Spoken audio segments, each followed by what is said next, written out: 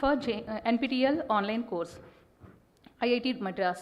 She has published more than 50 papers in peer-reviewed international journals and conferences proceedings. She has guided several PhD, masters, and undergraduate students. Under her supervision, 4 PhD scholars are awarded and 2 scholars are submitted their research work. She has successfully carried out several projects with industry, government agencies, and academia. She served as a reviewer for several reputed international conferences and IEEE journals, and a sponsor member of ACM and sponsor member of IEEE Women in Everything. Dr. G. Jayasama is known for her extensive networks, in-depth industry knowledge, and setting industry best practices and influencing policies to ensure students' well-being from school to further education and the workforce. She has a proven track record in leading and implementing new innovations in the field of data mining and machine learning into the real-time systems and encourage young people in developing a better society.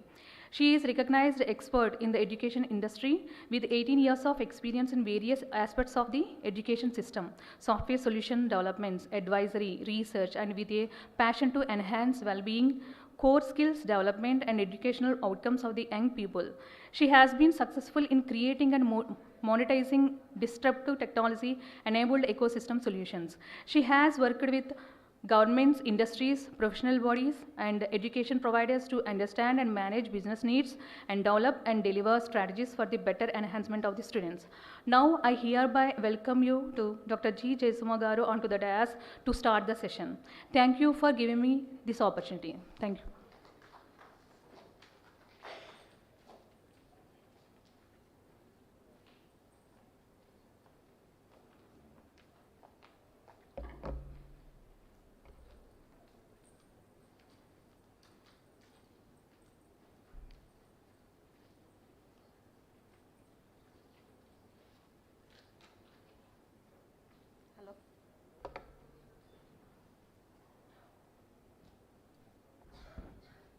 Hello?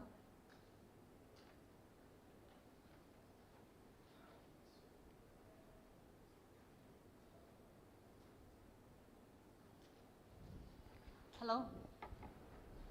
Is it audible? Okay.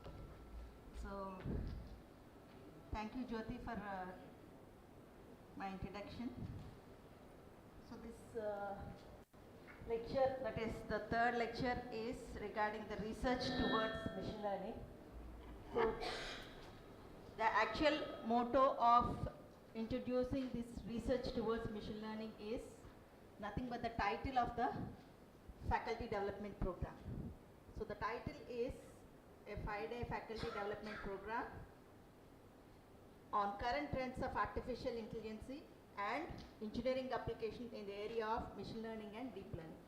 So here, I think those who are really want to do research in machine learning, they need to know these facts before they execute their research or they start their research. Okay? So we all know that artificial intelligence is ruling the world. So here, the heart of artificial intelligence is nothing but the data. So data is the fuel for artificial intelligence. So here, the definition, the basic definition of artificial intelligence is program with the ability to learn and reason like humans. That means whatever the human beings are having, whatever the intelligent power the human beings are having, the same intelligent power, we are making the system to learn it. And we are making the system to do much more better than humans. So that is the artificial intelligence. When it comes to the machine learning is the sub-area or subset of artificial intelligence. And deep learning is the subset of machine learning. And in it, we can have the transfer learning also. So here the machine learning is whatever the algorithms are there, they have the ability to program without being explicitly programmed. So the word itself says that there is no need to do the programming, but the machine learns by itself. So how it learns by itself? So whatever the input data we give, it captures the input data, it observes the input data, whatever the examples we are giving, by observation, by training, it learns and gives the output, or it gives the program. And deep learning is subset of machine learning in which artificial neural networks adapt and learn from the vast amount of data. That means here the key point in deep learning is it will be working along with the artificial neural networks. That means it will be working with the concept of artificial neural networks. When it comes to the machine learning, we have huge amount of data, and if you have huge number of algorithms also. So those algorithms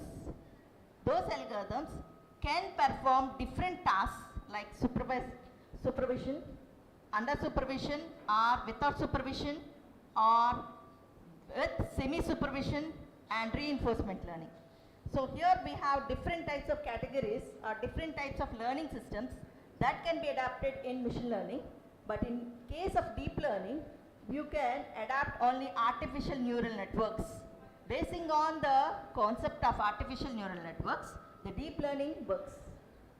But when it comes to the transfer learning concept stores knowledge gained while solving one problem and apply it to the different problem, but it can be applied to the related problem only. So whatever the knowledge or concept we are applying to the problem, that can be reused for other problem. That means whatever the knowledge that is gained by one concept will be moved to another problem. That is the basic definitions of artificial intelligence, machine learning, deep learning, and transfer learning. So as I said, in artificial intelligence, the heart of artificial intelligence or the machine learning or deep learning is nothing but data. So how we can input the data into the machine, and how machine can learn from the data. So the main source of the data is here. We have time series data, we have tabular data, we have text data, we have image data. Nowadays we have social media and social networking also. The huge amount of data is day by day, everyday activities, huge amount of data is stored in social media as well as they are transferred. So here we have multimedia data storage. That means all the concepts, all the data has been mixed data types. It is not only fixed to whether it is numeric data or a categorical data or a image data or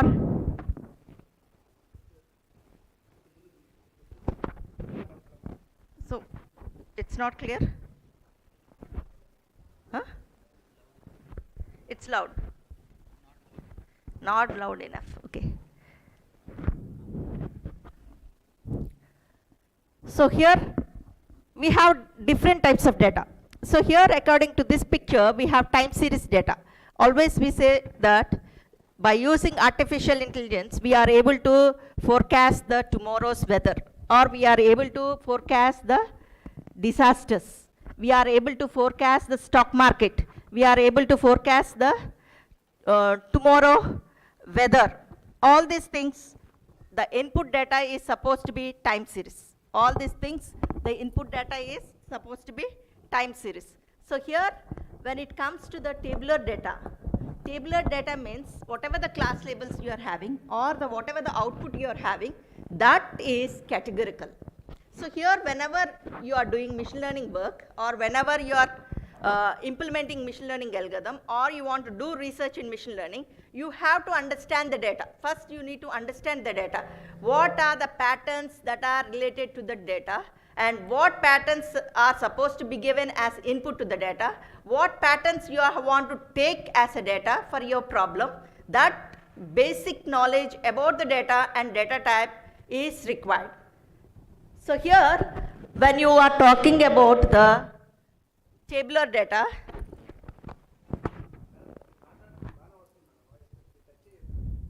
okay, touch it. It's not fixed. Adi. So tabular, when you are talking about the tabular data, so here for fraud detection, marketing campaigns, optimization. So these are the examples of tabular, whether tomorrow will be the rainfall or not. That means we are not talking about how much rainfall will be there. We are talking whether it will be rainfall or not, whether the student will pass or not, whether you get the positive report or negative report, whether it is true or false. So you are talking whether it is yes or no. This is called as binary classification. So whatever the problem you choose, that problem should be, you should be confirmed, or you should be have confident that what type of output you want to generate. You want to generate a numerical value as an output, or you want to generate a discrete labels. Discrete labels. So here when you are talking about the class labels, when you are talking about the class labels, when you are, the class label specifies what will be my marks tomorrow, or what will be the marks for my semester exam. So here the marks is nothing but the numerics or real values. So whether I will pass or fail, whether I will get the placement or not. So there, that is a categorical label, that is discrete. So here there is a difference between what is the reading, that is numerical output, and the categorical output. So that makes that you have to choose what type of model you have to take from machine learning. From machine learning. So next is text data. Text data is nothing but whatever the text. That means here automatic processing of customer emails. So customer emails, so here when you are taking customer emails, whether it is spam or not. So when you want to tell whether it is spam or not, you should also take the consideration the text message in the subject, what it is, who has sent it, the email ID. All this are nothing but not a single text. It is not a single word. It is a combination of words. So you have to consider the text. You have to consider the text. That is text data. Next is image data. Vision system for autonomous cars. Face recognition for security system. So here you have to, the input is supposed to be an image. So now government is insisting us to take that FRS. That is nothing but face recognition system. So what we are previously we used to give the signature in our registers. Now after that we used to keep our biometrics, that is thumb or fingerprint or something else in the machines. Now they are asking us to give the attendance in form of FRS, that is face recognition. So from the tabular data, that is text to whatever the text you have taken, and from it you have converted into image. So now what we are, even the government is also aligned with the artificial intelligence. They are using artificial, and they are giving importance to the artificial intelligence or technology. So they are changing that. So when you are using the time series, here we have a traditional computation statistics and traditional computation statistics for tabular data also. That means what I mean to say that if there is a time series data, if there is a tabular data, a traditional machine learning algorithm is enough to compute it. A traditional machine learning algorithm is enough to compute it. That means if the traditional machine learning algorithm is enough, then your system requires only CPU. Only CPU. Most of our students says that I don't have a good specification. It is having only 8 GB or 16 GB. When I am doing this image, giving as an image as an input, or when I am giving this whatever the images, in form of images, the system, when they are converting into an algorithm, when they are executing the algorithm, they are unable to get the execution within few hours. They are taking lot of time. So here what we are, depending upon your task, whatever the problem you have chosen, that problem, first itself you need to know about what data you want to choose, how the data will be, and what type of system is required, and what type of algorithm. Mostly the people are saying, the people means that the students or the scholars or the teachers, what they are thinking, if they know that algorithm, they can execute it. But the algorithm plays a vital role, but still data and the system specifications also gives equal importance to the algorithm. So whatever the algorithm you have chosen, then the equivalent specifications is also required. Equivalent data is also required. So if I want to visualize a spatial data mining, if I know I'm an expert of spatial data mining, I want a satellite image. So I want to compute a satellite image. So if I am having a good drone with him, I know the drone technology, I can do the satellite image. Is it feasible? No, it is not feasible because you cannot acquire the real-time data. You can get the benchmark data sets from the Google or Kaggle or a GitHub or a UCI machine learning repository, but you cannot get the real-time data because you need some permissions from the government in order to utilize the drone technology in your place or in your area. So you have to choose. When you choose a problem, it doesn't mean that you are expert in that area, you directly can compute that problem. So you need to see the feasibility. So not only the feasibility of the problem, you need to look about the data, whether it is available or not, whether whatever the path you have chosen is a right path or not, whether you can complete it or not. Why the most of the scholars are failing to complete their research? Because the starting point of choosing the problem, choosing the data, choosing the algorithm is not correct. What I mean, not correct means it's correct, but they should have the situation whether that is suitable for that particular area or not. That is the most important thing. So one of the student, my scholar, has worked with the disaster management. So we have approached the oceanography laboratories also in order to acquire the data. But we failed to get the data. But we have twisted that problem in different ways so that we can complete that problem in more effective way. So that smartness we need to have when you have chosen that problem, and you need to set the path how you can complete that problem. That is the most important thing. When it comes to the text data, you have the natural language processing. And when it comes to the image data, you have computer vision. So these are the areas where you can fix with that, and we have to see that what type of algorithms will fit to your data, will fit to your problem, and you can proceed with it. So here when you choose the deep learning, then that means you should have some system with GPU and TPU. Now you are very lucky, fortunate, because Google Colapse is very user friendly, and you can, if you have a good internet speed, then if you have time, you can use it to execute your problems. So that feasibility you need to check when you choose a problem, when you choose a particular data or a task related to that machine learning or deep learning. In that way you need to proceed. So here this is the heart of artificial intelligence, and it is a fuel for AI. It is a fuel. Data is fuel to AI. Okay? And these are the hardwares that are required for it. Now, even though they are subset, that deep learning is a subset of machine learning and machine learning is a subset of artificial intelligence, so we have the comparison to say that what is the feasibility of selecting an algorithm, how we can proceed, what is your task, what is your assumption in completing your research work by choosing that particular problem, So here when you talk about the performance, when you talk about the performance of machine learning and when you talk about the performance of deep learning, here the performance of machine learning does not improve with the amount of increase in input data beyond the point. That means, even though you may think that if you increase the number of data samples, then there is improvement in that algorithm or in accuracy.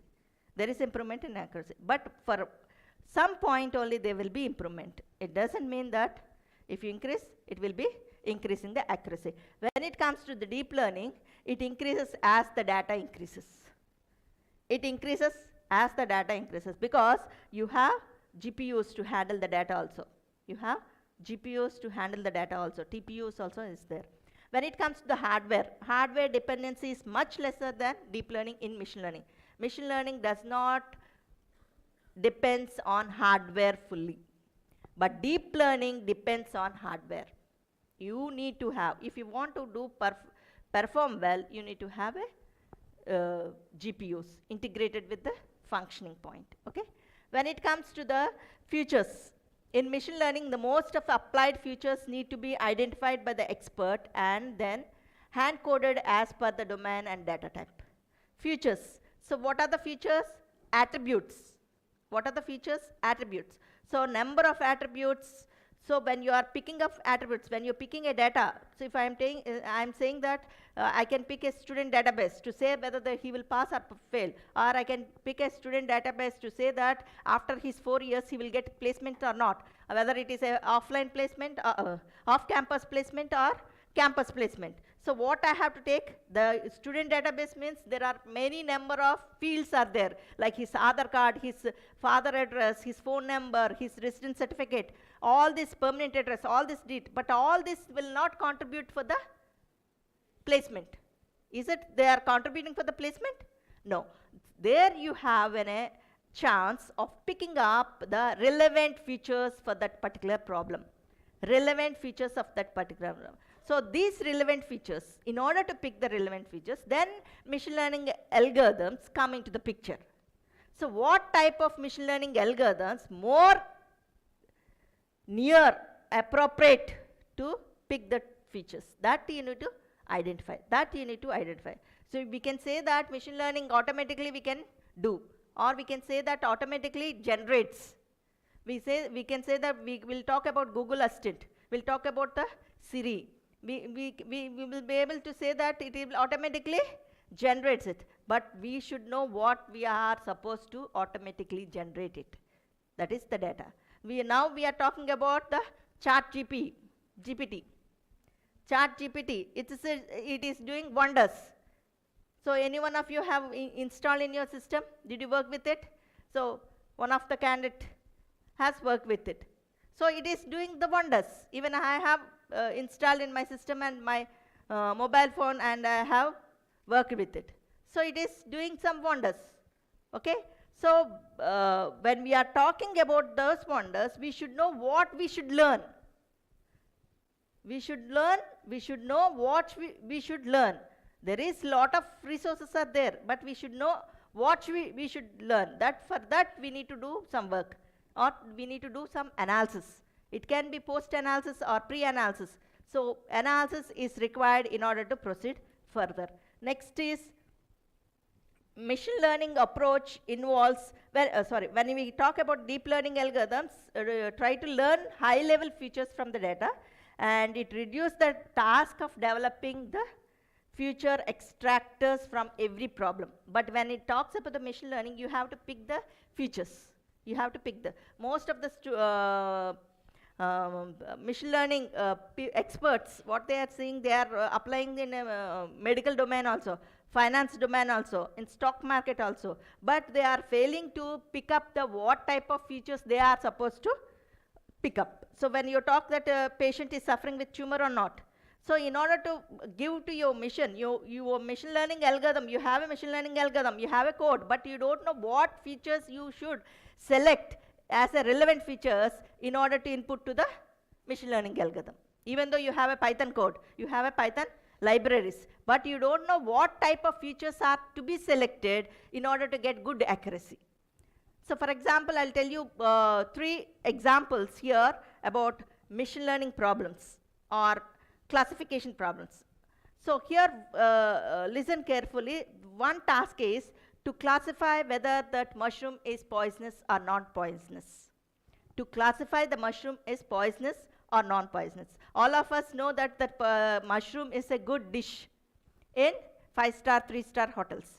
But a machine learning expert has developed a system or a model to say that the given mushrooms are poisonous or not poisonous. If your model says that a poisonous mushroom is given as an input, if your model says that it gives a misclassification, says that it is non-poisonous, what happens? What happens? There is a threat. Whole restaurant who consume that dish will have a threat. When it is vice versa, that means if it is a non-poisonous mushroom, but your system has, your model is saying that it is a poisonous mushroom. There the cost of it is that only the wastage of that budget, whatever the budget, how much you have purchased it. Okay? So see that misclassification.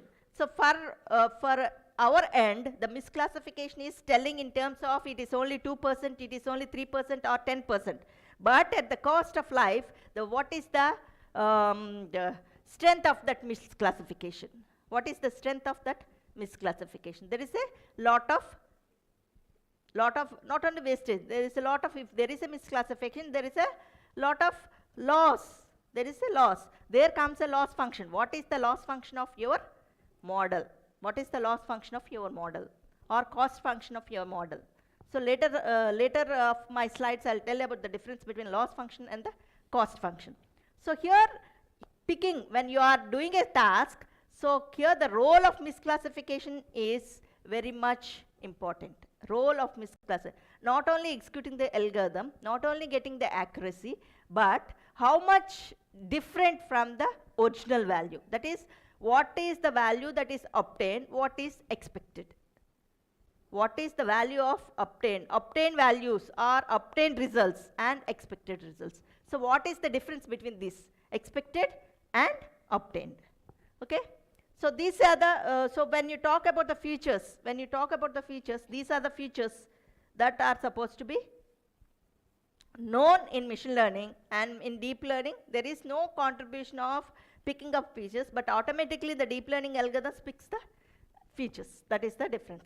Next, coming to the, here machine learning approach involves breaking down the problem into parts, solve each part and combines together to get a final result. That is possible in machine learning. When it comes to the deep learning, it solves the problem end to end. There is no splitting.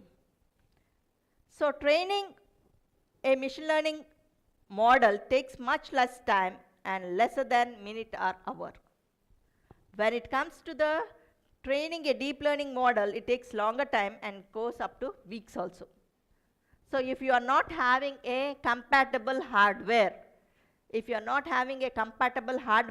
takes, in the same system, it takes weeks to execute that program for the deep learning. When it comes to the machine learning, it takes only few hours or few minutes. Testing a machine learning model takes longer as compared to the deep learning model. When it comes to the testing a deep learning model, it takes much less time. That means training time of a deep learning is more than testing time. When it comes to the training time, it can take less time, but the testing will be taking more. Okay? Machine learning algorithms gives crisp rules as to how it arrived at a conclusion. Hence, it is easy to interrupt the reasoning behind it. But in case of a deep learning, it is tough to interpret how deep learning model did and what it did, even though the results generated are accurate. That means the understanding of machine learning output is much simpler than understanding the deep learning output. So this is the difference between artificial intelligence, machine learning, deep learning, and now we are moving towards the machine learning. I think all of you know about the definition of machine learning. So actually the machine learning now it is in boom, because even though it was recognized in 1959, it is in boom. Why it is? Because even though that machine learning came to existence, but the computation relevant specifications are not developed at the time. Now the system specifications are up to the mark. That's why we are using the machine learning. So this is the definition of machine learning, which is given in 1997 by Tom Mitchell. A computer program is said to learn from experience with respect to some class of tasks. So learn from experience. What is experience? Training. What is training? Data? Previous data. So I'll tell you an example about experience. Experience is nothing but observations or examples. So you know child, 1 year baby. So for 1 year baby, if you give a apple, if you give a ball, if you give a orange, if you give a tomato, and if you give a lemon, how even the child doesn't know how to talk, but after few days, with few attempts, few observations, That means with experience, even though child doesn't know what is lemon, what is ball, what is apple, what is tomato, what is orange. At the first attempt, there will be misclassification. The child will be try to consume everything, even the ball, tomato, and after that, if the second attempt or the third attempt, the child will be able to recognize it. It is not an object of playing. If it looks at tomato, it squeeze it, and the next time after few attempts, it will not touch, even though it is attractive. Even though the tomato is red, attractive, the child will not touch. After few attempts, few days after, the child will be playing with ball. If it is apple, the child will be consuming. If it is lemon, it will not touch it. If it is tomato, it will touch it. So how the child will, the parent is telling, or the brother is telling, father is telling, or they are teaching, even though the child is not going to the school, even though the child doesn't know how to talk also. So by observing, the child will learn by observing. So here also the mission also learn by observing whatever the samples, whatever the examples, whatever the experience, whatever the data we give to that mission. Whatever the samples or whatever the data we give to the mission, the child will learn. Okay, got it? So now we are able to confidently say that mission will learn by itself, because we are giving that type of examples. We are giving that type of examples to it. So here we can say that automatically learn to make accurate predictions based on past or previous observations. Past or previous observations. Later stage, at the later stage, the child will recognize that this is apple, this is tomato, this is lemon, this is orange, this is ball. Okay? And the algorithm learn from example and experience or observations. In some terminology, we can say in statistics, we say that observations. In machine learning, we say that it's a experience. In data mining, we say that it's an examples. Okay? So here the machine learning algorithms help to gather data from various sources and transform rich data sets and help us to take intelligent action based on the result provided. So here machine learning repository or Google, Kaggle, we are having some benchmark data sets. We are having some benchmark data sets. So already they have fixed that data set with the predefined task. So we can see a column, that means this data set, whether it is a wine data set, or it is a play tennis data set, or iris data set, it is fixed that it is having 3 class labels. It is used for clustering, it is used for classification, it is used for association rule mining.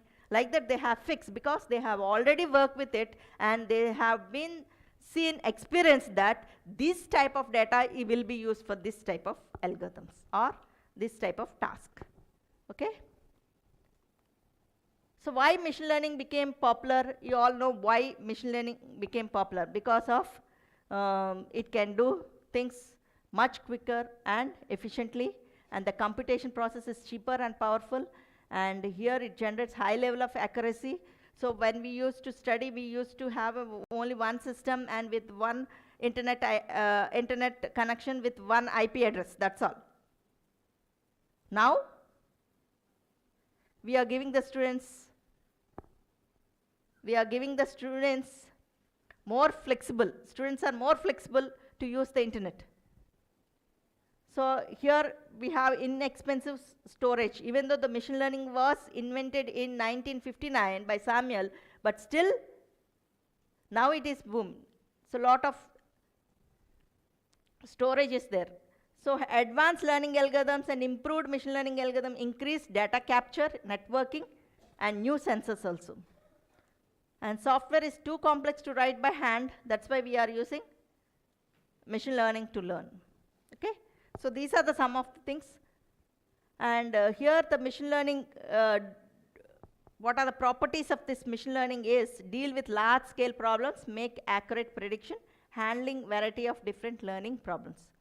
So this is the traditional programming and machine learning. So here in the traditional programming, we have to write a program by our hand, or we need to develop a program. But in case of machine learning, if you have data, if you have the output, you can generative program. By itself it generates. So here the key factors of machine learning is, one is representation, another one is evaluation, and another one is optimization. So from my first slide I'm saying that AI data is the heart of artificial, or fuel of it is. Apart from data, we need to have the representation, evaluation, and optimization. I think sir has talked about the optimization, different optimization, genetic algorithms and all these things. Evolutionary algorithms he has talked about optimization. But evaluation is there. So we need to find out. I have told you an example, the misclassification rate, where poisonous mushrooms and non-poisonous mushrooms. And representation, what is representation? Representation is how to represent the knowledge. For what purpose that machine learning is used, or for what purpose the algorithms are used to represent knowledge. What type of knowledge? In what form it is used? It is using some algorithms, like in decision tree form, or in a rules, instances, graphical models, or neural networks, support vector machines, or model ensembling. Okay, there are different models. So here are the steps involved in machine learning. The first thing is, the foremost thing we have to do is, we need to define the problem.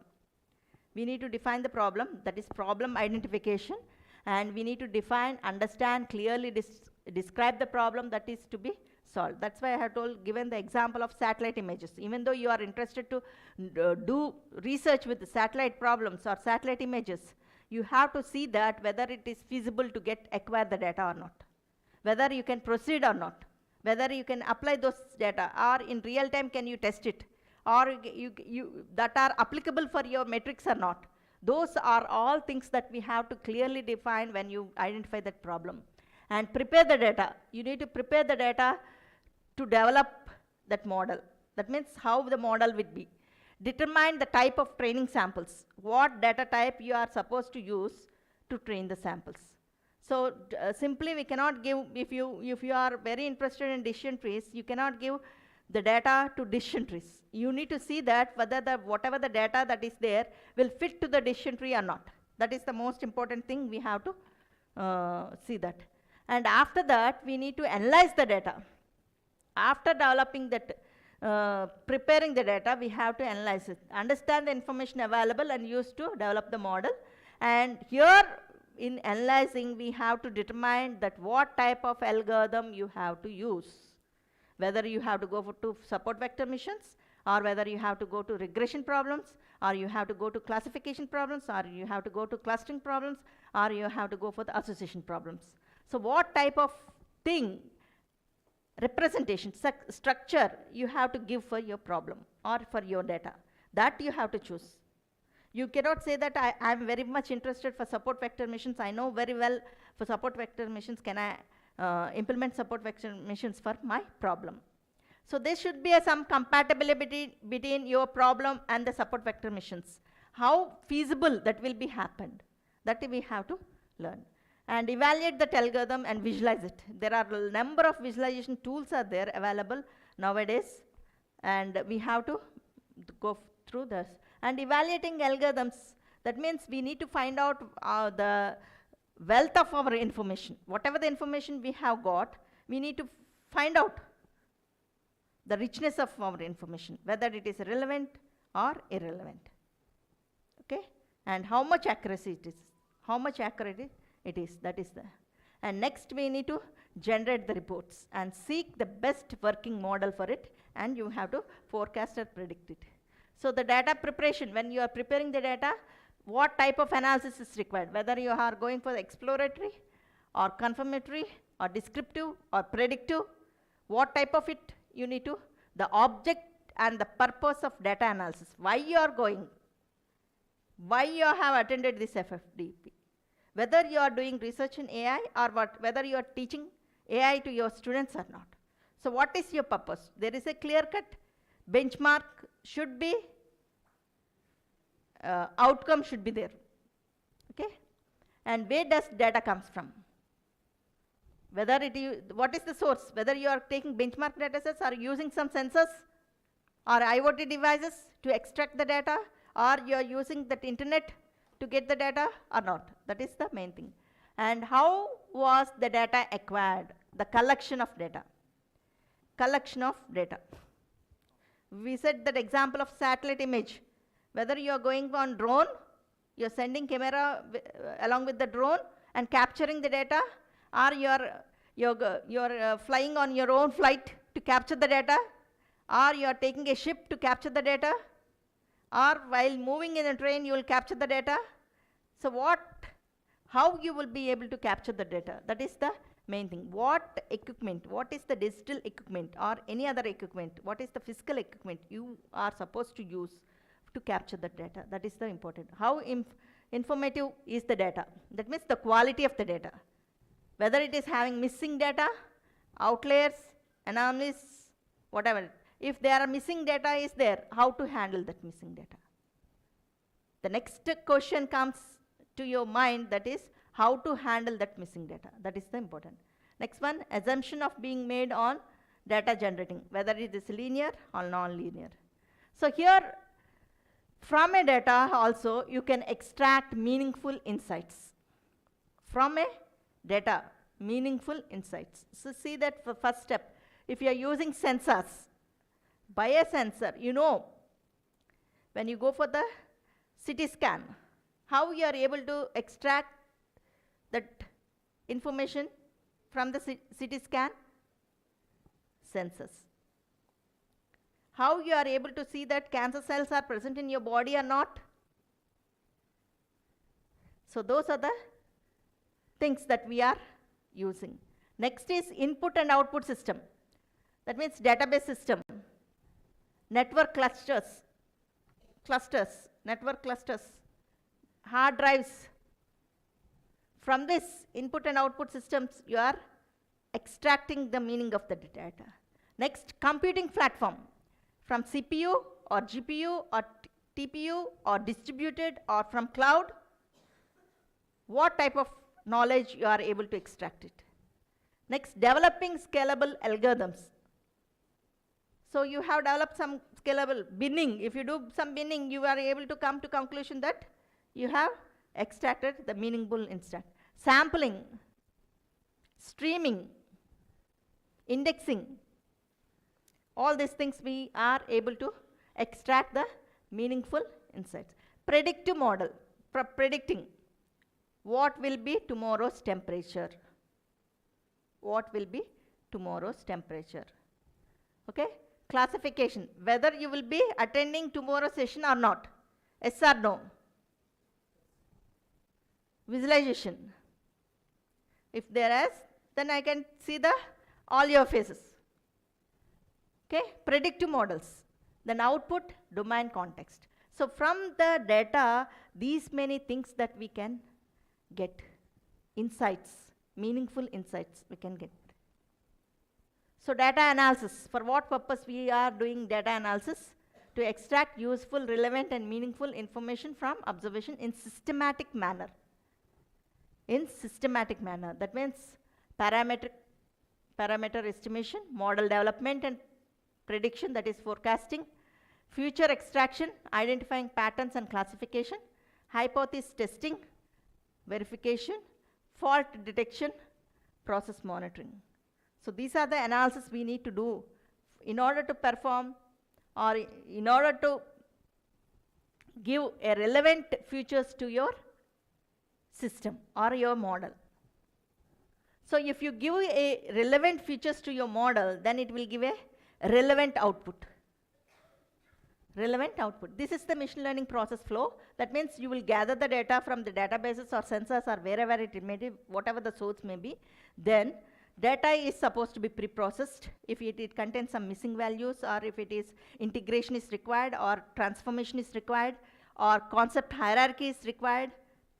Whatever the task that data requires, you have to perform over there, and you need to choose the model. Here, this is choosing the model is nothing but you need to select the machine learning algorithm, whether you can go for support vector missions, neural networks, or decision trees, or Bayesian classification, or K nearest neighborhood, whether your problem belongs to classification, regression, clustering, association, dimensionality reduction, feature selection, or feature extraction. What is the type of your problem? That Basing on that, you need to choose the model, then train the model. Training means what we are supposed to, you are making the system to learn. You are making the system to learn. And next, what you have to test the model. If the results are not correct, that means not to up to the expectation, not up to the mark. If the results are not up to the mark, you are not satisfied, then what you are supposed to do, you have to optimize it. That is, you have to tune the model. So how you will be tuning the model? You will be changing the hyperparameters or introducing hyperparameters to it and tune the model. That is the thing. So these optimizations, there are a lot of optimization techniques. You can use evaluation optimization technique. Morning we have session, that is genetic algorithm, particle swarm optimization, ant colony optimization, ABC optimization, cuckoo search optimization. Lot of optimization algorithms are there. Swarm intelligence optimization. So lot of optimization algorithms are there, and those algorithms, you can use them wherever it is necessary. Wherever it is. For example, our students, if they are not able to get good marks, what they will do? They will apply for re-evaluation. Otherwise, if they are failed, they will rewrite that exam. For example, students are not able to acquire GATE exam. Yesterday they have GATE exam for CS and IT students. So if they are not confident, they are not able to acquire the rank, what they will do? Again they will take the coaching until they get. Because their ambition is, their aim is to get the GATE score. Their aim is to get the GATE score. So here also our aim is to get the 100% accuracy or 90% accuracy. So if you are not able to, our model is not able to acquire 90% accuracy, if it is able to get only 70% of accuracy, what you will do? Again you will tune the system. So here in the neural networks you have a forward propagation and backward propagation, or you can say the perceptron. Tomorrow class you will have the neural networks, then you will learn. So here if you are not in the forward propagation, if you are not satisfied with the results are not up to the mark, 100% results are not there, then again you will be applying the optimization techniques and you will be regenerating until you get the accurate results. Okay, got that? Why we are supposed to tune the model. I will give you another example. I have given mushroom example. Another example I will give. If a patient is suffering with cancer, to test, you have developed a model to find out whether the patient is suffering with cancerous or not cancerous. Okay?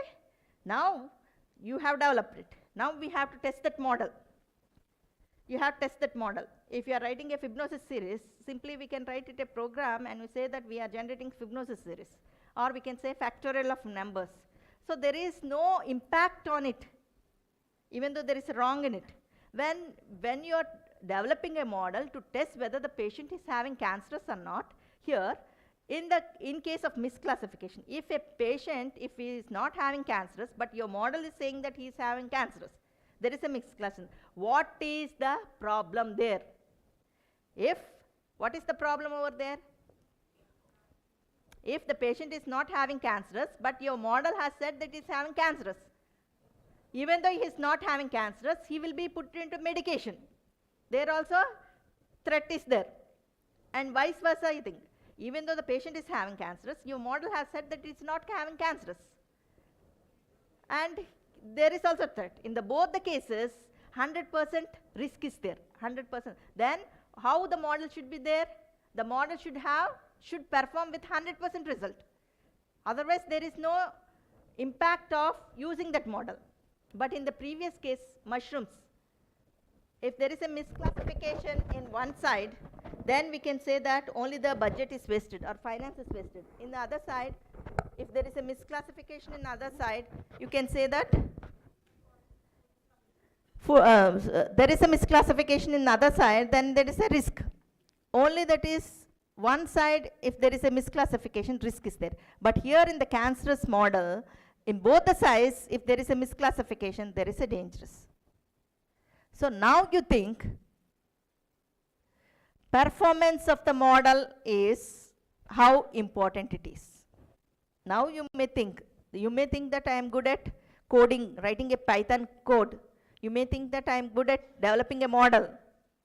But when you evaluate that model, when you evaluate that model or you use that model in a real time, how much efforts that model should give in order to use in the real time. That is the one thing. Another example I'll give. You have a developed a model in an Air Force aerodrome. They are using that model.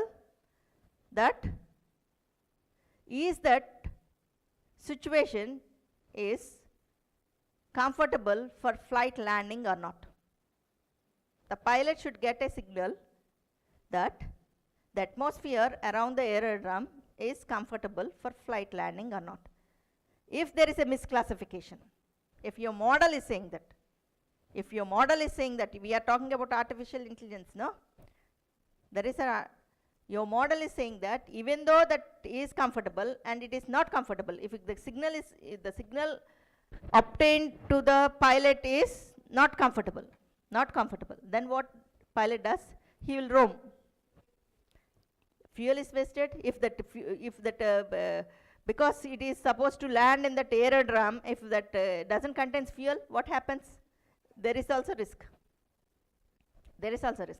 If it is not comfortable for landing, but they got the signal that it is comfortable, there is also risk. In the both these skills. So when you are developing a model, you have to see that what type of accuracy, that means how much efforts we need to put to get good accuracy for your machine learning model. That is my impact of saying this thing. Okay, that is the importance of saying that evaluation of the model. These are some of the applications that we will be using for the machine learning. And now machine learning algorithms are classified into supervised, unsupervised, semi-supervised machine learning and reinforcement. So most of the people, you all know about supervised learning and unsupervised learning also. So sir has taught about association tool mining. It comes under the unsupervised learning. So in unsupervised learning, you have a clustering, you have a association and dimensionality reduction also. When it comes to the supervised learning, you have a regression and classification. And apart from the regression and classification, I will say about the probability estimation also. Here, when it comes to, what is supervised, if it is accompanied with label examples, then we can call it as supervised. If it is not having a historical labels, then it is unsupervised. And the task of unsupervising is you have to organize the data basing on the similarity of the data. So what is the classification? I can classify the students whether they belong to average, below average or above average. If there are a group of students are there, now I need to cluster them. I need to take two groups. What is my easy task? If someone asks that, send some group of students for football playing. So how I will select? If the students are interested for sports, I can ask the students whether you are interested for sports or not. So then I can pick the students who are interested for sports. If no one is interested, but administration is forcing us to send some group. So what I will do? I'll say I'll use some simple criteria. What is? Those who are having height, good height for football. Or I can say that those who have good running capacity, those who are fit. So some criteria I need to implement to choose that person. If someone Wipro says that send 3 students who are good in academics, then what I can do? I can see that the mark list and say that if until third year, if they have more than 80 CGP, I can pick them and send. The task is very easy. When it comes to send some students for football match, then the task is tough for me. It is easy for PT master. It is easy for the PT master to fulfill the task. But it is not easy for me to pick. It is easy for me to pick the students who have acquired more than 80% in the class, or more than 80% of attendance. Okay, so that is depending upon the task, the selection of data will be varying. Depending upon the task, the selection of data will be varying, I mean to say that. So we are talking about semi-supervised learning. It is used for some application as supervised learning. And here the speciality of the semi-supervised learning is it has both labeled data and unlabeled data. It has both labeled data and unlabeled data. Most of the researchers or most of the textbooks talks about the supervised learning and unsupervised learning, but they will not talk about the semi-supervised learning. Labeled data, it has some labeled data, it has some unlabeled data for training. So this can be used for classification, regression and prediction also. Identifying a person face on webcam is an example of semi-supervised learning. Already that faces are labeled that he is so and so. Now we have to verify whether it is, he or not. So that is the important thing. So we'll talk about reinforcement learning. Here the 4 things are more important in reinforcement learning. That means it has 4 states. One is the state, one it is reward, and another one is action, another one is situation, environment. So here we have 2 types of reinforcement learning, that is exploration and exploitation. So when someone here, it finds more, exploration is finding more information, and exploitation is nothing but information is to maximize the reward. Information is to maximize the reward. That is the thing. So here when your friends visits your house, so you may ask them to, that means you are prepared to take them to the restaurant. Someone has said that is the good restaurant. That is the good restaurant. And basing on their information, you are able to know that it is a good restaurant. And you have a favorite restaurant in that city. You have a favorite restaurant in that city. So what is the difference between this? Exploitation is going to your favorite restaurant. Exploration is trying a new restaurant. You don't know that it is good or bad, but someone said that it is good. You try to go to that. So you will find out it. You will find out it. That is the difference between exploration. So this is the overview or the roadmap of machine learning. This is the overview and roadmap of the machine learning. So here we have a supervised learning. The data is with labels. The data is with labels, and you have unsupervised learning. The data is without labels, and you have a reinforcement learning. There are 2 types of reinforcement learning. One is model-based and model-free, and another one is model-based. So here, when it comes to the classification and regression, so how can you say that this is a regression problem? How can you say that this is a classification problem? So you have huge amount of algorithms. Different types of algorithms are available. But how you will be able to identify that this is a regression problem, this is a classification problem? If your class label is having numerical value, then it is regression problem. If the class label is categorical value, then classification. So here logistic regression is there. So here the name is saying that it is regression, but it is used for classification. And we have naive-Bayes classifier. This is also known as logistic regression, and regression problems are known as error-based learning systems. When it comes to the naive-Bayes classifier, it is called as probability-based learning system. K-nearest classifier, support vector missions are there. And here you can classify whether that email is spam or not. That is the important thing that we can find from the classification using naive-Bayes classifier. Because what is the probability of your email to be a spam? What is the probability of your email is not to be spam? So that is the basing on the naive-Bayes classification. So you can apply naive-Bayes classification if there is a floods in some area. If there are floods in some area, you can apply naive-Bayes classification to that area, and you can find out the probability. That means what is the probability of the nearby cities to have the flood in this or tomorrow or in this duration, within 10 hours, what is the probability of passing or getting floods in nearby areas. So those type of problems can also be solved with naive-Bayes classification. When it comes to the regression, regression is error-based learning. So why it is called as regression is error-based learning? So we have talked about machine learning process flow diagram. We have seen we'll test the model and tune the model. If you are not satisfied, we'll tune. That means while you are testing the model, if you are not satisfied with the accuracy, if there is some misclassification, if there is some error means here we'll talk about loss function.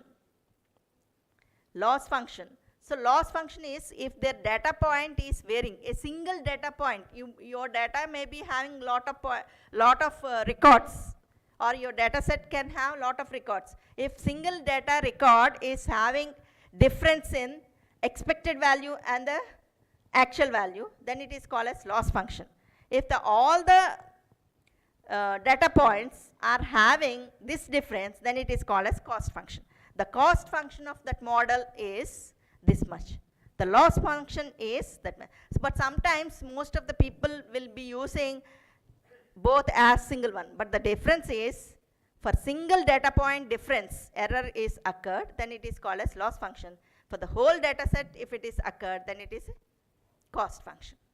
So if it is not satisfied, the cost function is not satisfied, then what we have to do is we will be saying that it is error based learning. You can use some hyper parameters or optimization to increase the efficiency of that model and test again. For this, you can use evolutionary algorithms optimization, or some what you call genetic algorithms, or swarm intelligence based optimization algorithms, or particle optimization algorithm, or ABC algorithm. Like this, lot of algorithms are there for optimization purpose. You can use all these things. Okay.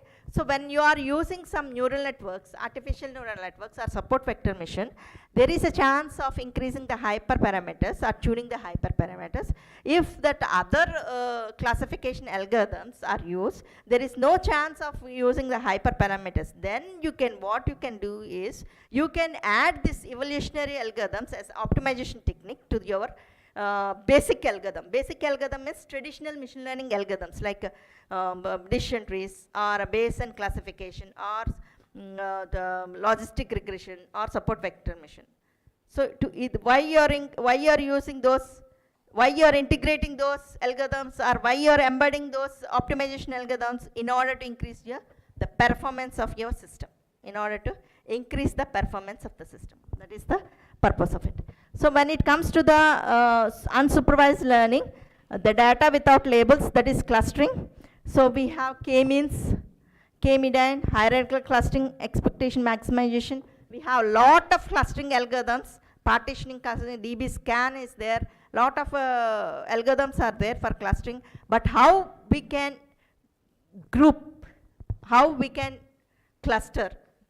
How we can cluster? By similarity base. So how to find out the similarities? You need to use some distance measure in order to find out the similarities. There are a lot of distance measures, that is Euclidean distance measure, Mahadhanan distance measure, lot of distance measures are there. You can use those distance measures in order to find out the similarity. So basing on the distance matrix, you will be finding out the similarity and you will be placing it. Okay.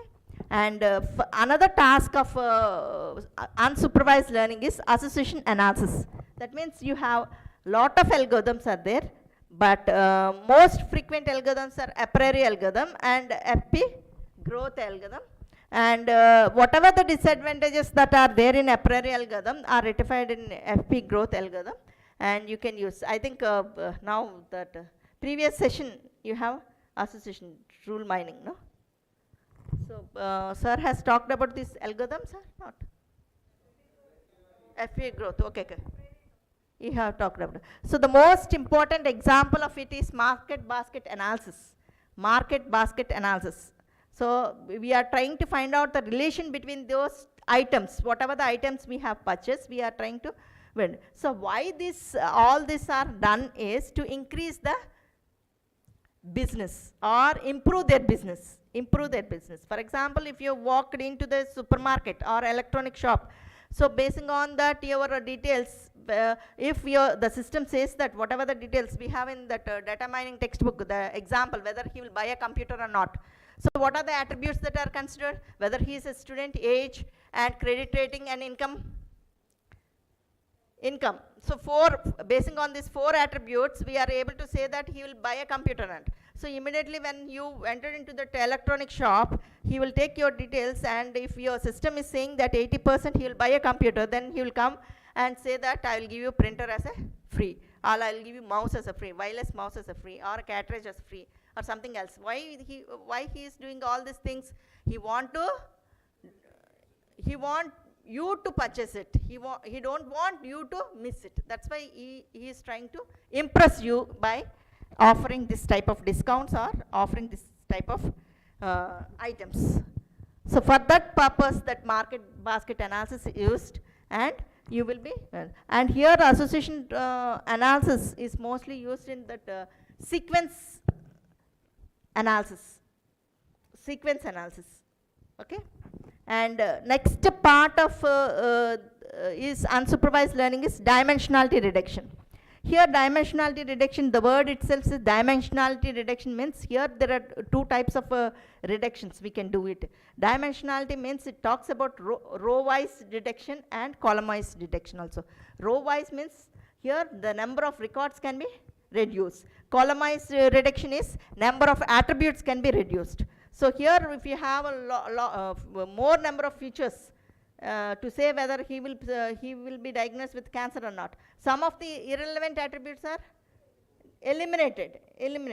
So we don't want the system to suffer with this overloading of these features. That's why we want to make the system more comfortable for computation. That's why we will be eliminating. So this dimensionality reduction we can use for the future extraction as well as future selection also. In future extraction, we will be using principal component analysis. Nowadays, the researchers are using the optimization algorithms for the future extraction also. Along with the principal component analysis, they are using ICA also, like that. Future selection, we have 3 different types of methods, and these methods also we can embed that optimization algorithms to increase the efficiency of that algorithm, okay.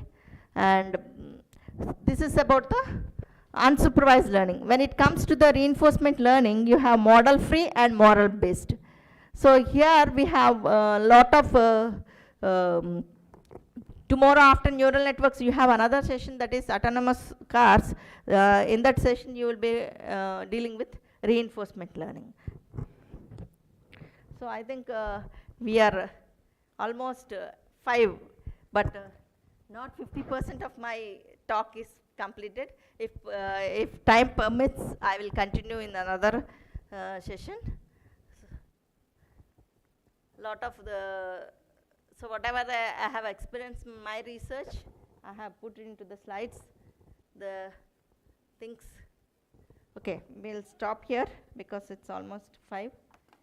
We'll, if permits, we can continue it. Thank you for your patience. So I'll request all of you to be tomorrow at sharp 10 o'clock, and I have seen most of you are taking some pictures. We'll share all these videos with you. Don't worry, but you just try to grasp the insights of the lectures. That's all. That is enough. Okay. Thank you.